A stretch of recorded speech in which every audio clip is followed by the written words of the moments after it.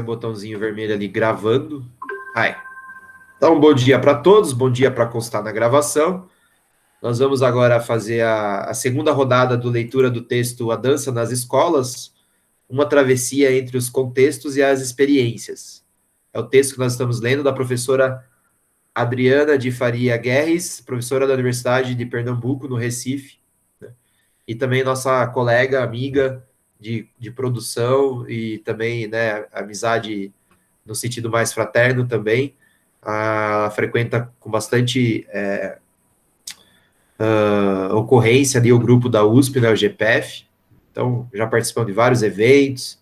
Então, é sempre gostoso ler o que os colegas produzem, né? E nós fizemos uma leitura superficial no último encontro. Ficamos somente ali nas impressões iniciais. O grupo cresceu bastante, né? Antes a gente trabalhava com 2, 3 pessoas, então dava tempo de fazer as impressões iniciais e depois ainda discutir o texto. Com esse crescimento, basicamente o primeiro encontro foi só para as discussões das impressões iniciais. Talvez, se continuar, as pessoas continuarem frequentando nesse número, talvez se torne aí o nosso modo de operar, né? Uma rodada para impressões, para depois realmente debater o texto com mais afinco. Isso também possibilita uma nova dinâmica. Antes a gente encarregava uma pessoa de conduzir a leitura, quase sempre era eu mesmo, né? Mas também tanto o Pedro quanto o Paulo, a Gabi, o Helder já executaram essa função também, de conduzir a leitura, trazer pontos para o debate. Então, quem conduz a leitura não é uma aula, tá, pessoa? É só, assim, a responsabilidade do dia de fazer uma leitura mais aprofundada e organizar uma exposição, mas vocês sintam-se livres para fazer comentários, perguntas, dúvidas, críticas, a qualquer momento, tá? Isso aqui é um grupo de estudos, não é aula. Sei que vocês, muitos estão começando, estão tímidos, né? Mas sintam-se à vontade para fazer colocações a qualquer momento, a qualquer momento. E como o grupo cresceu, essa leitura comandada, né, esse comando de exposição, ele pode ser também repartido, que foi a dinâmica que nós escolhemos para hoje.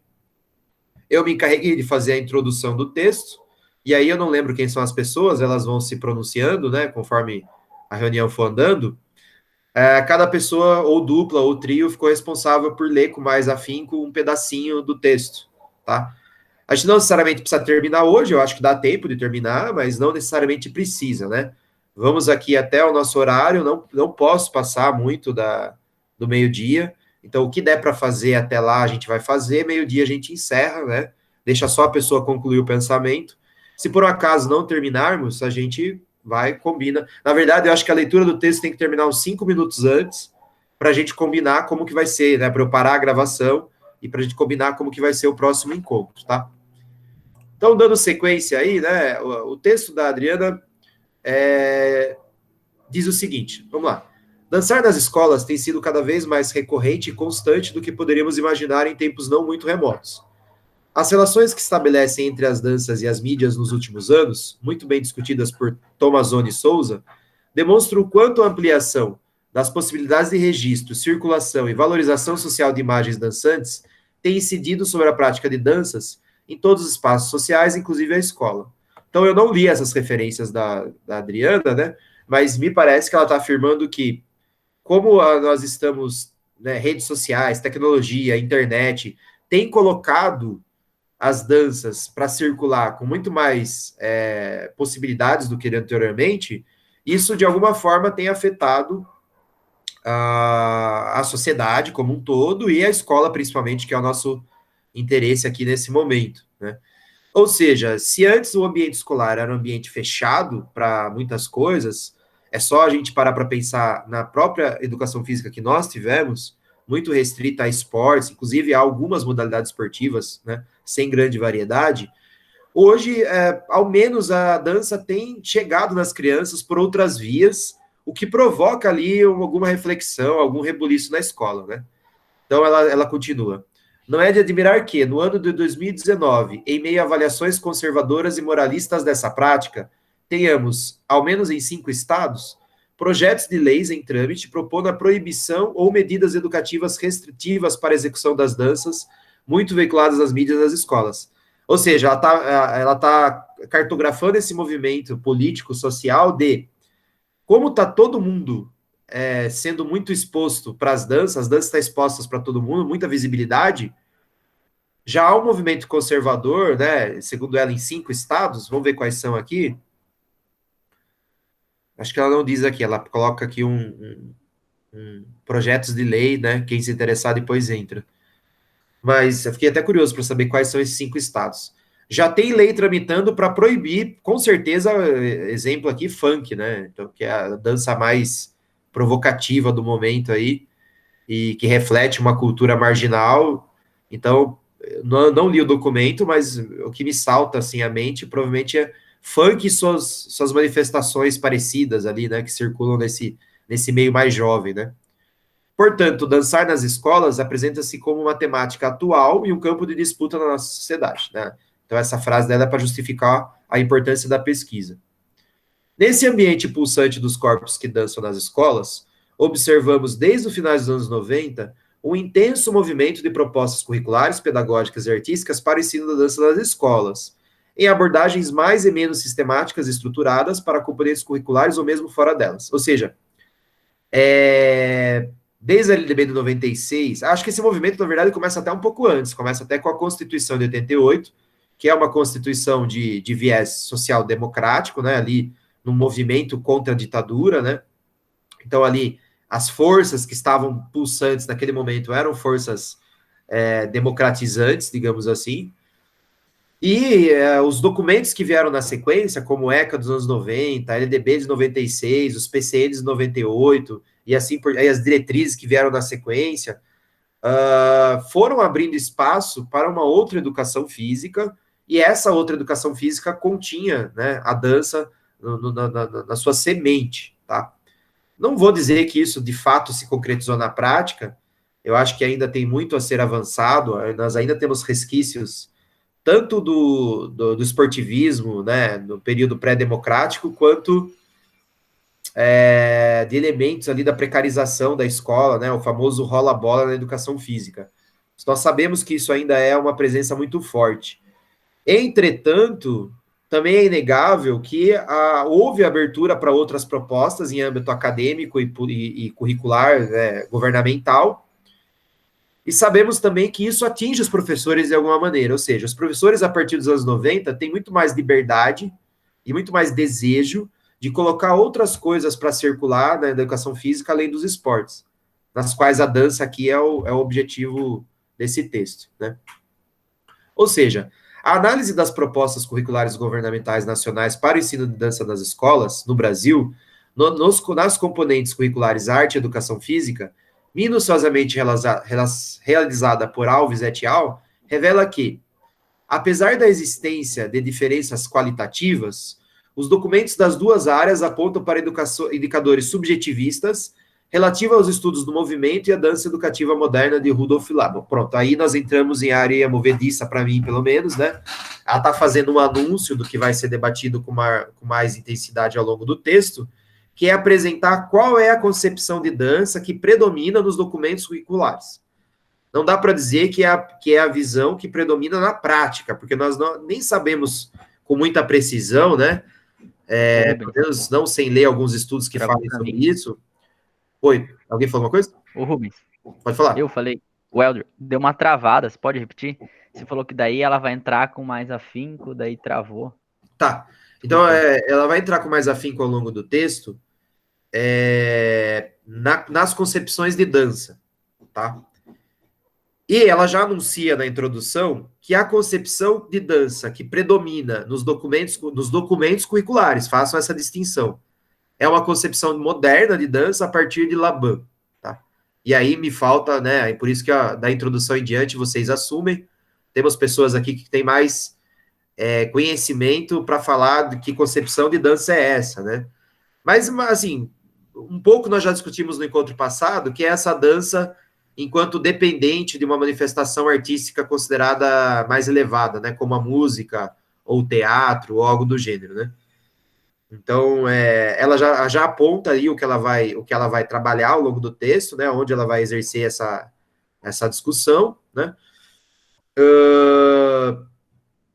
dizendo que nos documentos curriculares o que predomina é uma visão moderna de dança.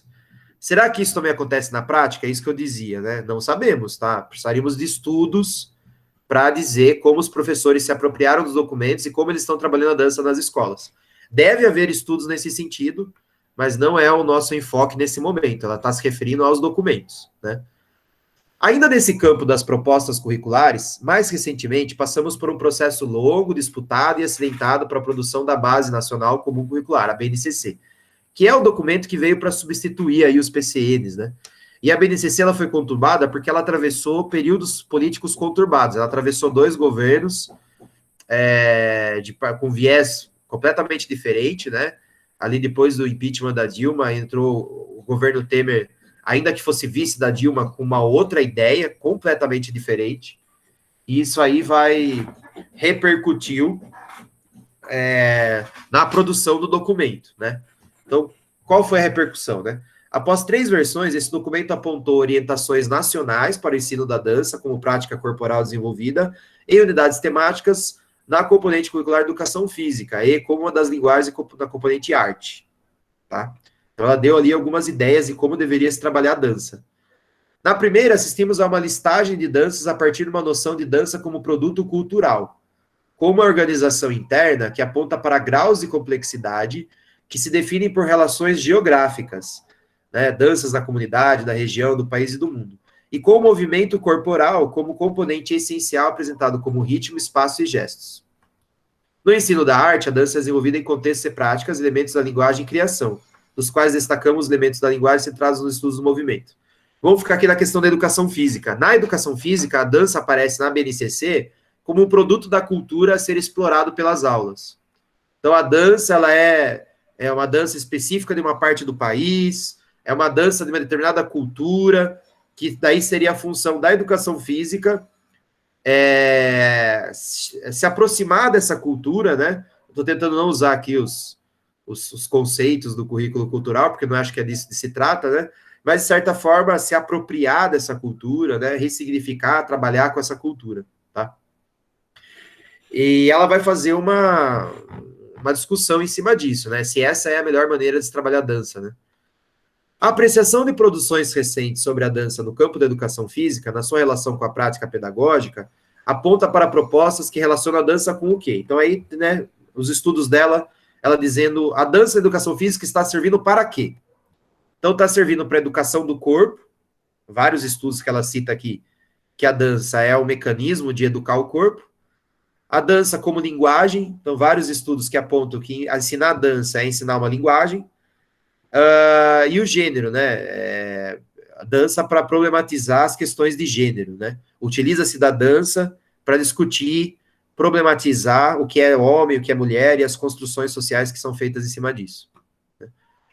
Contudo, e aí eu acho que aquela ponta, o que ela vai trabalhar ao longo do texto, uma certa crítica, uma crítica mais dialogada, problematizada, menos enfática, mas ainda assim uma nuance não apresentada até então pelos documentos.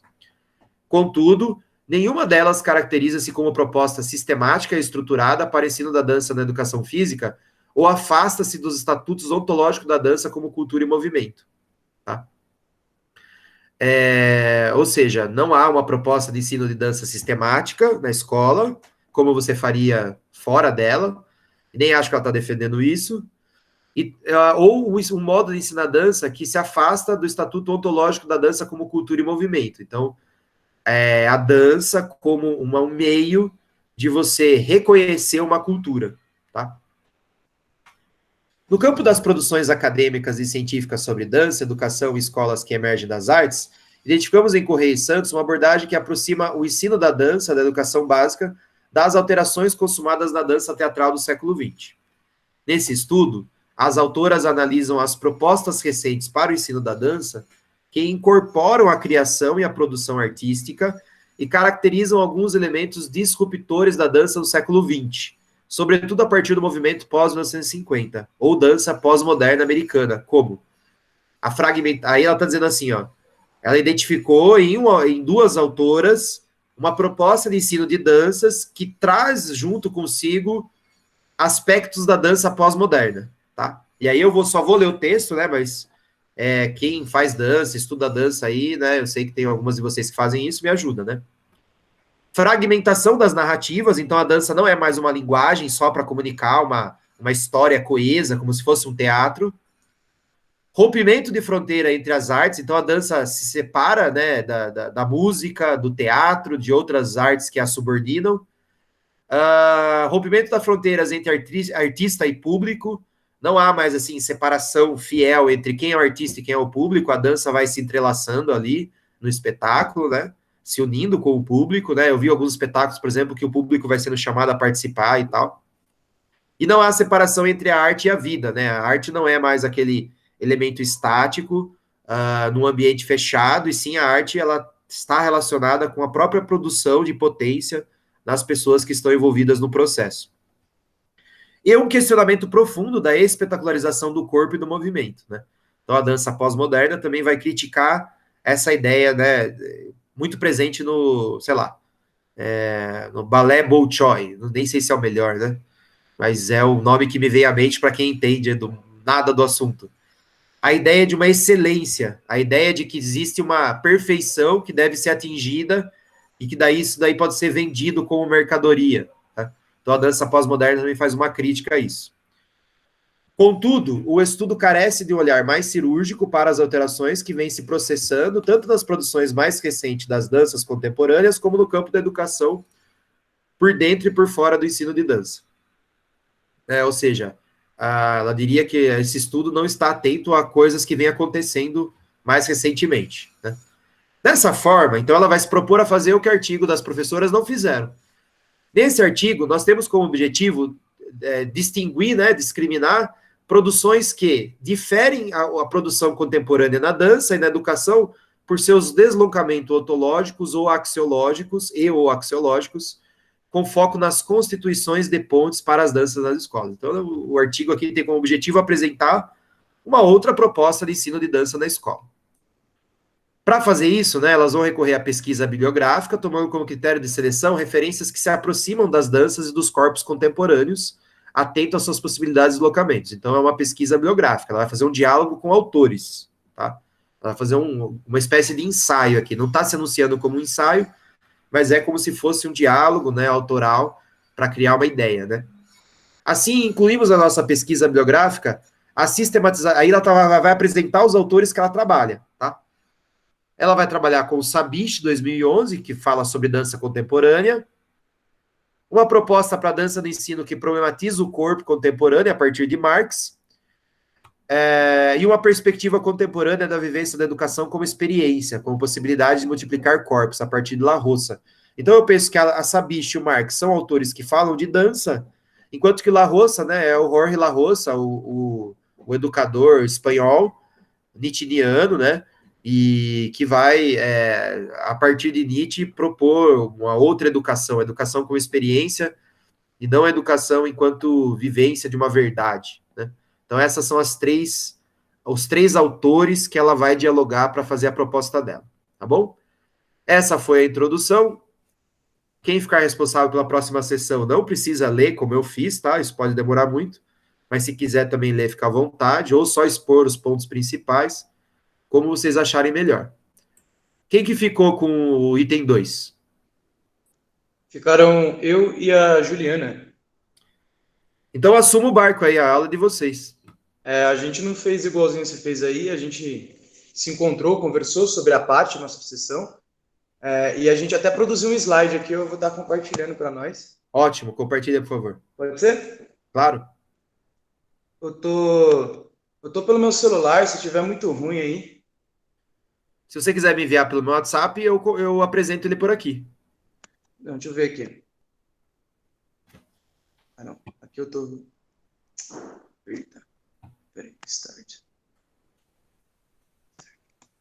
Deixa eu ver aqui. Estão vendo? Tá preparando. Só responda para mim se tá vendo ou não. Foi, Paulo. Foi? Foi. Legal. Deixa eu ver só. A Juliana tá aí, Juliana? Tô aqui. Legal. Se você quiser já apresentando a sua parte aí. A sua parte, né? Nós vamos apresentar junto aqui, a gente não ensaiou nada. Qualquer coisa a gente vai comentando. Isso. Na verdade, dá para me ouvir, certo? Acho que dá, né? Tá legal, tá legal.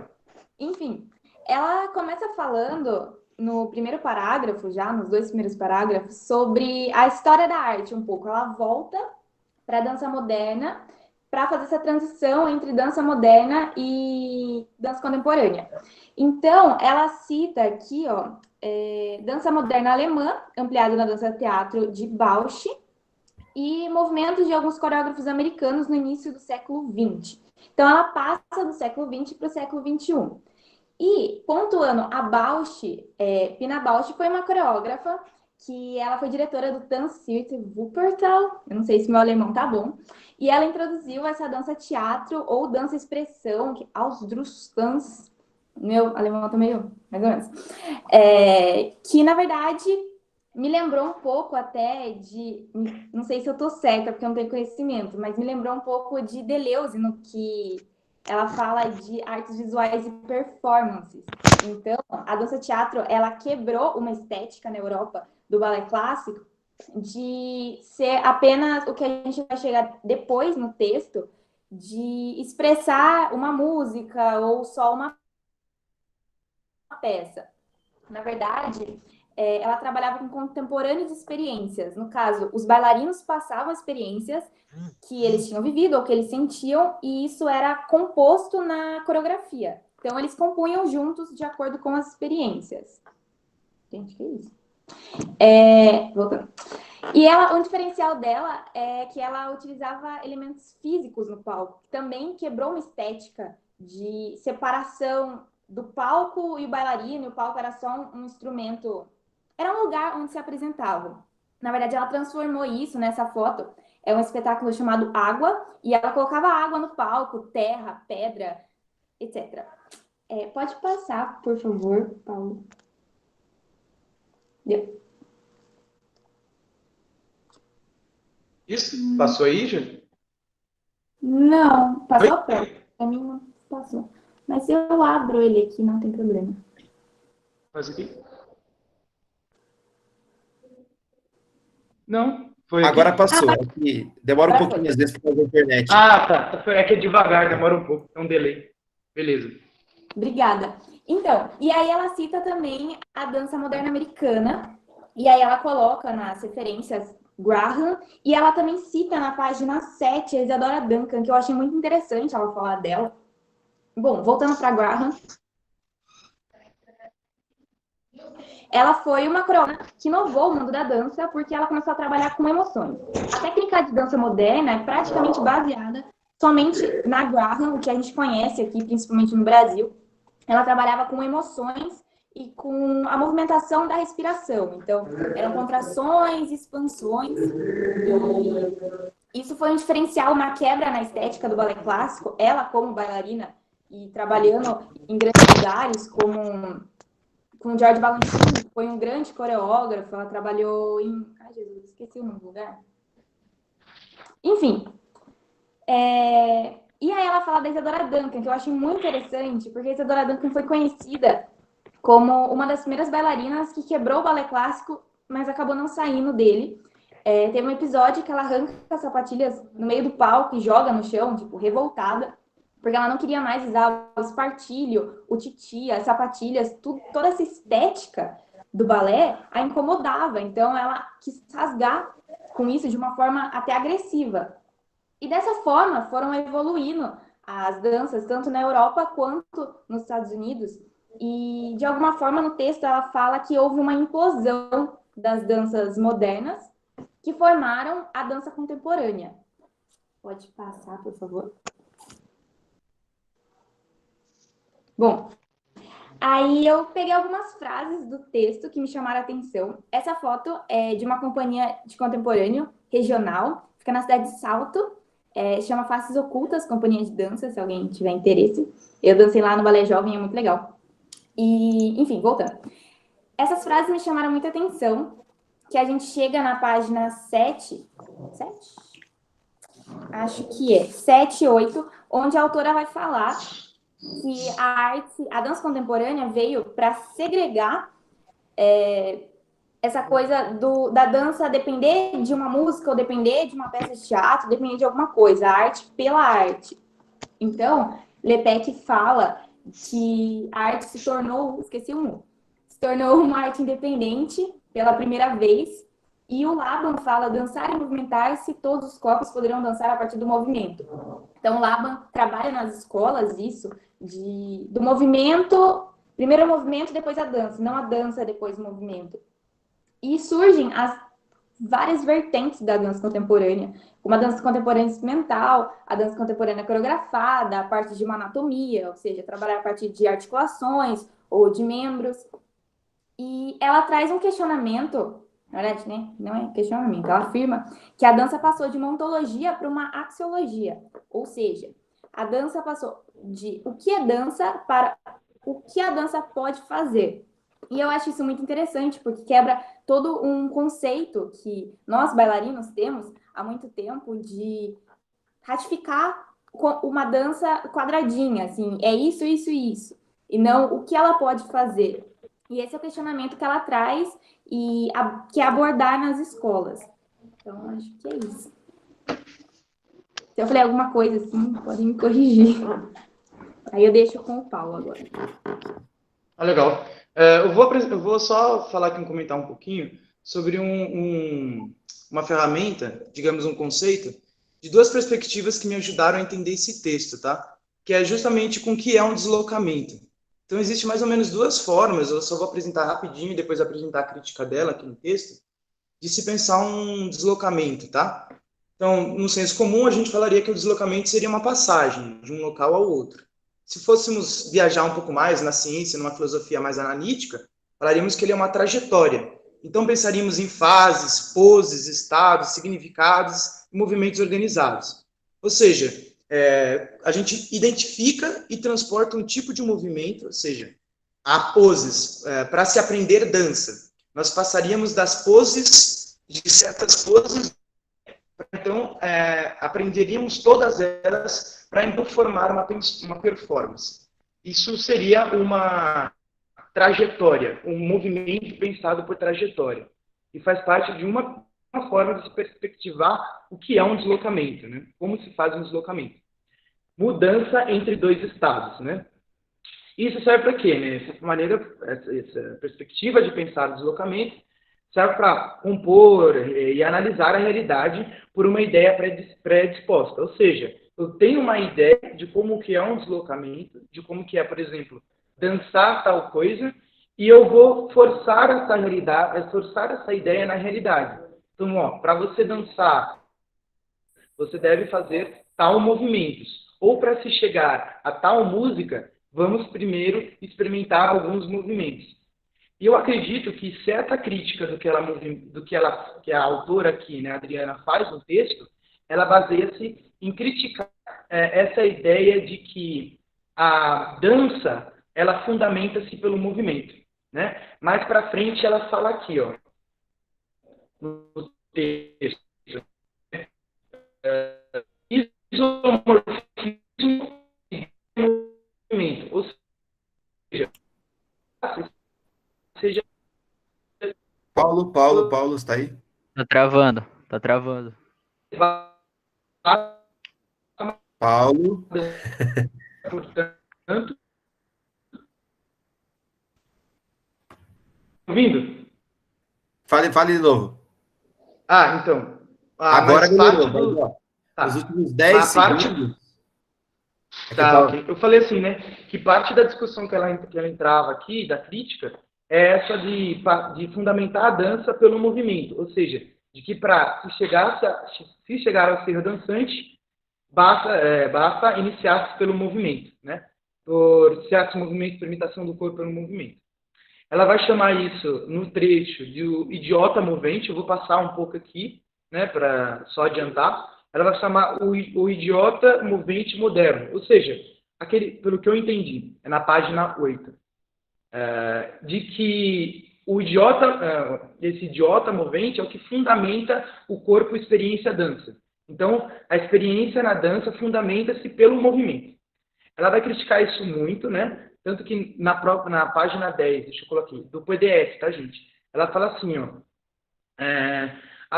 ela vai comentar sobre uma contaminação que eu e a Juliana discutimos muito, e essa contaminação, ela explode, ela fala assim, né? Ela explode esse sujeito automovente. Ela explode esse sujeito que constrói uma liberdade na dança pelo movimento. Aí a gente chega. O que é esse conceito de contaminação? Acho que na nossa conversa, eu e o Juliano chegamos em pontos diferentes. Acho que cada um pode falar um pouquinho, mas eu vou ler um trecho que ela fala, que ela comenta aqui da Sabish. Tá? Ela fala assim, ó. Como a capacidade do corpo abrir-se para outros corpos, para introduzir diferentes relações e de se alterar qualitativamente. Contaminação aparece com o poder do corpo para montar e criar novas relações, alianças curiosas.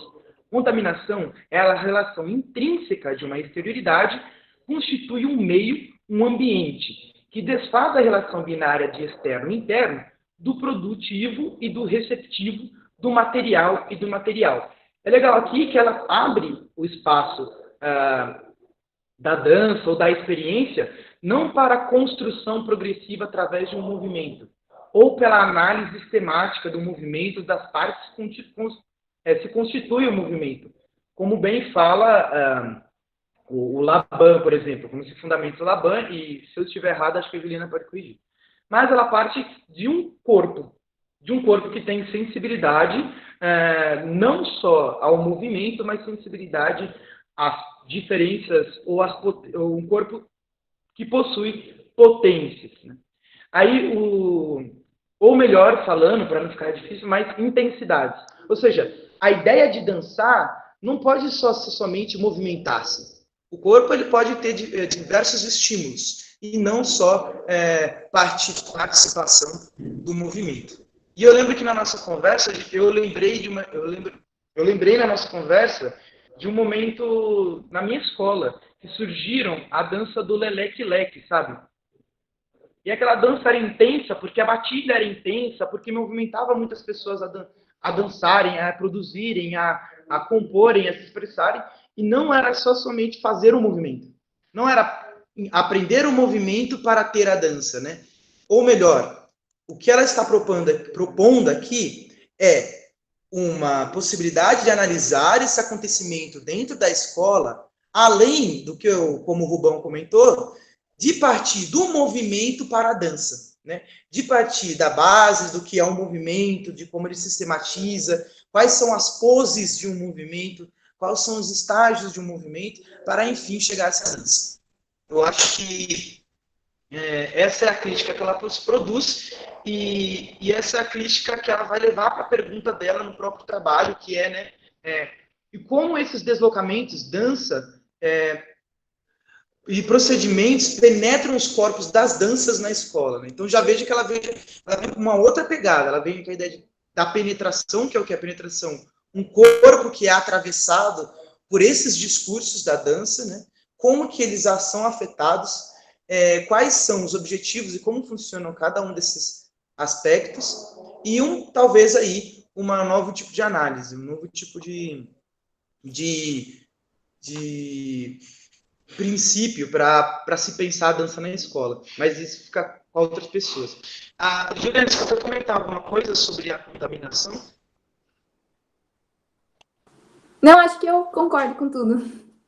Eu queria, na verdade, falar, que eu acabei esquecendo, que acho que calha com a contaminação da necessidade, ela fala da necessidade de evoluir, de ter uma dança que seja condizente com a atualidade. Então, o que você falou do leleque-leque, que é uma coisa que era atual, sabe? E o que ela fala é que não dá para trabalhar a mesma coisa, que já trabalharam 1000 anos de dança, sem que isso interfira de alguma forma nas pessoas, sabe? Então, tem que ter uma evolução. Acho que é isso, só que eu tinha esquecido de falar. Mas eu concordo. E, pois bem, né, se nós partimos de uma coisa que não esteja condizente com a realidade, nós partimos para entender ela, nós estamos nos aproximando de algo que passou e fundamentando aí, né, no passado, em alguma coisa que produziu intensidade no passado, né? Eu acho que esse conceito de contaminação que nem o coronavírus aqui agora, né? Contaminou. Ele vem muito desse presente que é intenso, né? E causa nos corpos também uma energia intensa, né? E ela vai se modulando, vai ficando intenso e para, e abaixa e volta, surge outra coisa. Eu acho que ela vem com essa dança escolar do fluxo, né? Presente ao fluxo. Paulo, Oi. Paulo e Juliana, né? Isso. Eu tinha gostado muito desse conceito de contaminação, foi algo que me chamou a atenção durante a leitura, né? E esses dias eu estava na aula de educação física com a criançada discutindo sobre a questão das danças, né? E aí eu pude perceber, né, aqueles que eu conseguia ver pelo aplicativo, né, que muitos e muitas levantavam durante a conversa e começavam a dançar, né, ou começavam a jogar o braço para cima, começavam a pular, né.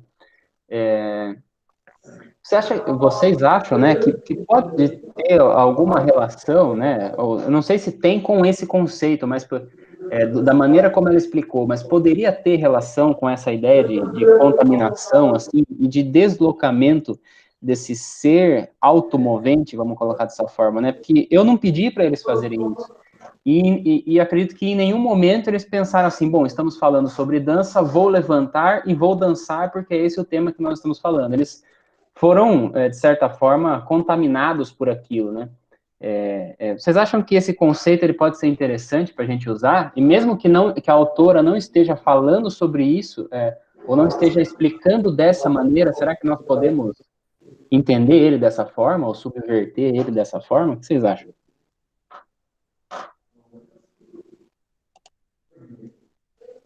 A Juliana tá aí? Quer falar alguma coisa?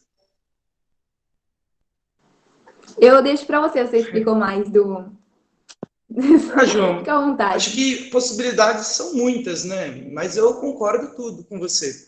Porque ela fundamenta ela vai fundamentar, o que ela faz? Primeiro é explodir essa cinética do sujeito moderno. Então, o que eu imagino é que se você estivesse dando aula de dança, tendo em mente a cinética do sujeito moderno, ou o isomorfismo entre dança e movimento, você falaria para o menino, isso aqui não é dança, tá? Para de fazer isso aí, vamos primeiro aprender aqui uns movimentos, aí sim nós vamos chegar, por exemplo, a uma tal dança, a dança dos nordestinos, tá? Então vamos lá, a partir do movimento, mexe o pezinho, pá. E quando ela abre, então, para essa contaminação, penso eu que ela possibilita essa sensibilidade, que é o quê? A contaminação vem romper com essa ideia de trabalho histórico do sujeito, ou ainda trabalho sistemático do movimento, e põe o corpo em discussão. Ela vem logo colocando, na página 10, né? Assim entendida, a contaminação se estabelece como potência que concentra e explode a cinética moderna do sujeito automovente, né? Então, esse sujeito que vai criar para si uma coreografia de acordo de balé, vai criar para si uma coreografia de, qualquer tipo de dança. A gente coloca o balé aqui, tá batendo no balé, mas vamos colocar, vai criar para si uma coreografia de frevo, sabe? Não é isso, né? Não é isso que ela quer falar. Aí sim, né, eu consigo pensar com o conceito de contaminação uma abertura da dança para os corpos intensos. Porque ela fala assim, em um determinado momento no texto, né? E os corpos que não se movimentam? Né? E que os corpos que não atingem esse movimento da dança? E aí? Aí que ela vem falar de outras políticas do movimento.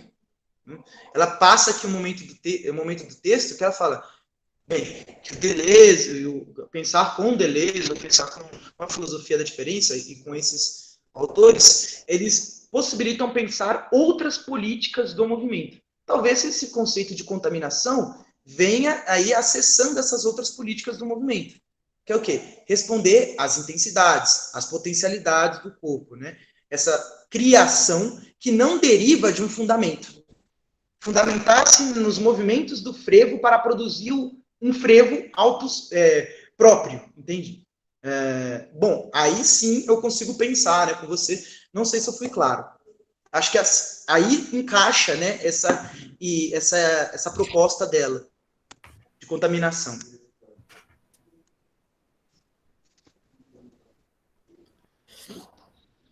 Vocês ouviram? Ouvi, gostei muito, só trocaria o auto próprio por singular, né? Que auto próprio remete a uma coisa de consciência, talvez, né? Não, mas eu coloquei o auto próprio, se eu não me engano, Rubão, para falar assim, desse sujeito automovente, que ele vai se construir pelo movimento, então, entendeu? Que ele constrói uma coreografia para si em relação a algo, entende? Sim. Por exemplo, constrói a sua própria coreografia de frevo. Ele fundamenta-se pelos movimentos do frevo para então chegar a uma coreografia de frevo. Eu lembro muito a gente tinha dança na escola só para ter o show de talentos, entende? Acho que isso lembra muito a minha escola, meu tempo de escola. Você ia lá, vamos fazer uma apresentação. O tema é rap. Então você vai fazer uma apresentação de rap. Então você aprende os passos do rap lá e monta lá, pelos quadros, né, o que vai ser a apresentação de rap. Será que isso cabe na escola? Né? É isso que ela apresenta, o sujeito automovente, né, que cria para si, a partir de um fundamento, uma coreografia. Muito bom, pessoas. Gostei bastante da exposição. Eu proponho que ao invés da gente começasse o próximo tópico, uma vez que o tempo está no final, que as pessoas falassem um pouquinho, né, das impressões delas para a gente encerrar o encontro de hoje. Pessoas que ficaram quietinhas aí, elas poderiam comentar uma coisa ou outra que elas tivessem com vontade. Pode ser?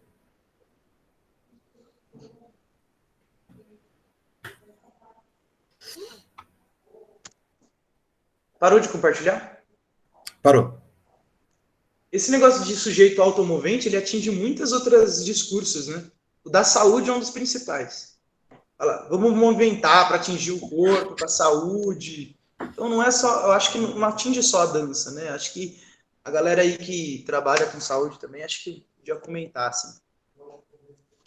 Se puder. Me fez pensar outras coisas.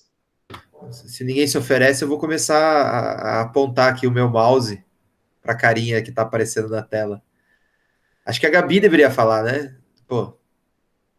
Também acho. Eu tava esperando esse momento aí. E aí, Gabi? Ela foi almoçar e largou a gente aqui na reunião. Eu não fui, não. Mas isso não passa, né? Nunca muda esse negocinho de puxar para me falar. Eu ainda não gosto de falar tanto assim. Por isso que tem que ficar treinando você toda vez. Então, vamos lá. Eu vou falar só um pouquinho. Mas desse começo mesmo, eu achei bem interessante essa questão, porque me lembrou bastante o quanto é o que eu estava tentando pesquisar no meu projeto, que é a questão de você, um pouco do que o Paulo falou agora há pouco, de você usar os fundamentos de uma estrutura que já está lá, mas você conseguir agregar o seu. E não necessariamente isso fazer com que você crie uma nova técnica, mas você conseguir colocar o seu e ainda ser a técnica. Tirar esse molde todo redondinho, onde não pode ter fugas, dar essa liberdade das fugas. Bom, de resto, vocês falaram um monte, eu acho que não tem muito mais o que eu falar. Não, mas é sempre bom escutar a sua contribuição, né? Porque tem certas coisas que só quem vive, né, vivencia, pratica, consegue perspectivar, digamos assim. Então é importante que quem dança fale, né? Então eu vou pedir agora, por exemplo, eu sei que a Júlia dança também. Então, Júlia, o que você achou do texto? E para a Gabi e para a Júlia, se elas quiserem comentar um pouco desse conceito de contaminação, né? Elas que trabalham mais com dança, talvez tenha uma perspectiva mais aprofundada disso, né? Como que isso movimentou o pensamento, não sei. Eu acho muito legal esse negócio de contaminação, porque realmente a dança ela causa algo que a gente não precisa falar e ele já causa. É como se, para mim, né, com a vivência que eu tenho na dança, eu não danço profissionalmente ainda, mas eu até estava falando pro Helder, que a gente... É como se a gente tivesse algo interiorizado dentro da gente que aflorasse quando a gente dança. E é nesse ponto que você aflora isso que você tem dentro de você, que você põe para fora na dança, que você causa essa contaminação, porque a pessoa que tá vendo, ela sente o que você tá pondo para fora. Por isso que vai muito além de ficar preso em técnica. É muito bacana a técnica, mas eu, por exemplo, até na hora que a Juliana falou daquela moça que começou a jogar sapatilha e tal, falei, nossa, cara, acho que seria eu tentando revolucionar, porque eu me sinto muito presa no balé, por exemplo. Eu sou mais de outros estilos de dança. Eu acho lindo, mas eu acho que, para mim, é difícil pôr para fora o que eu sinto, o que eu quero expressar com o balé. Tem gente que não, tem gente que já gosta. Mas eu acho que, por isso que existem vários tipos de danças contemporâneas e vários estilos, para que você possa não ficar preso, né, em uma técnica mesmo. Porque eu acho que já foi a época que a gente via dança, pessoas, né, bem ainda, às vezes, dança como só aprender passos e dançar. Você vê uma diferença quando alguém está mostrando o que ela está sentindo, sendo bom ou ruim. Então, eu acho isso muito interessante. Muito bem, Júlia. E talvez um pouco do texto seja o que esses atravessamentos que você trouxe tem a ver com a escola, né? Acho que é isso também, porque parece que o texto aponta que a tradição da dança na escola tem sido também engessada. Uhum. Mesmo que houve avanços, né, ao entendê-la como linguagem, parece que também há limitações aí. Obrigado pela contribuição. Eu sei que a Alissa está aqui quietinho, não que só quem dança pode falar, tá, pessoas? É que vocês estão quietos aí, então eu vou cutucando um ou outro aqui, né? É só essa razão, tá? Mas eu sei que a Alissa também dança, e sei lá, seria legal se ela falasse, nem que fosse bem rapidinho o que ela pensa. Ô, louco, Rubens, nem cheguei, você já vai tocando terror aqui. Eu te dei boas-vindas por falar nisso? Não lembro. Não, mas tudo bem. Seja boa, bem-vinda, tá? É que é muita gente, eu me perdi aqui.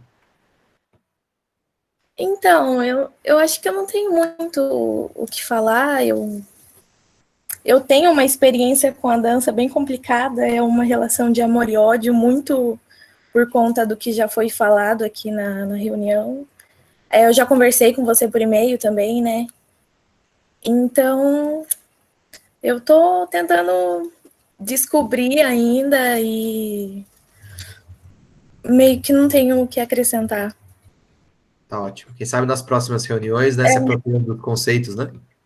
Sim, talvez. Tudo bem. Gostaria de ouvir mais pessoas, né? Mas o nosso tempo acabou.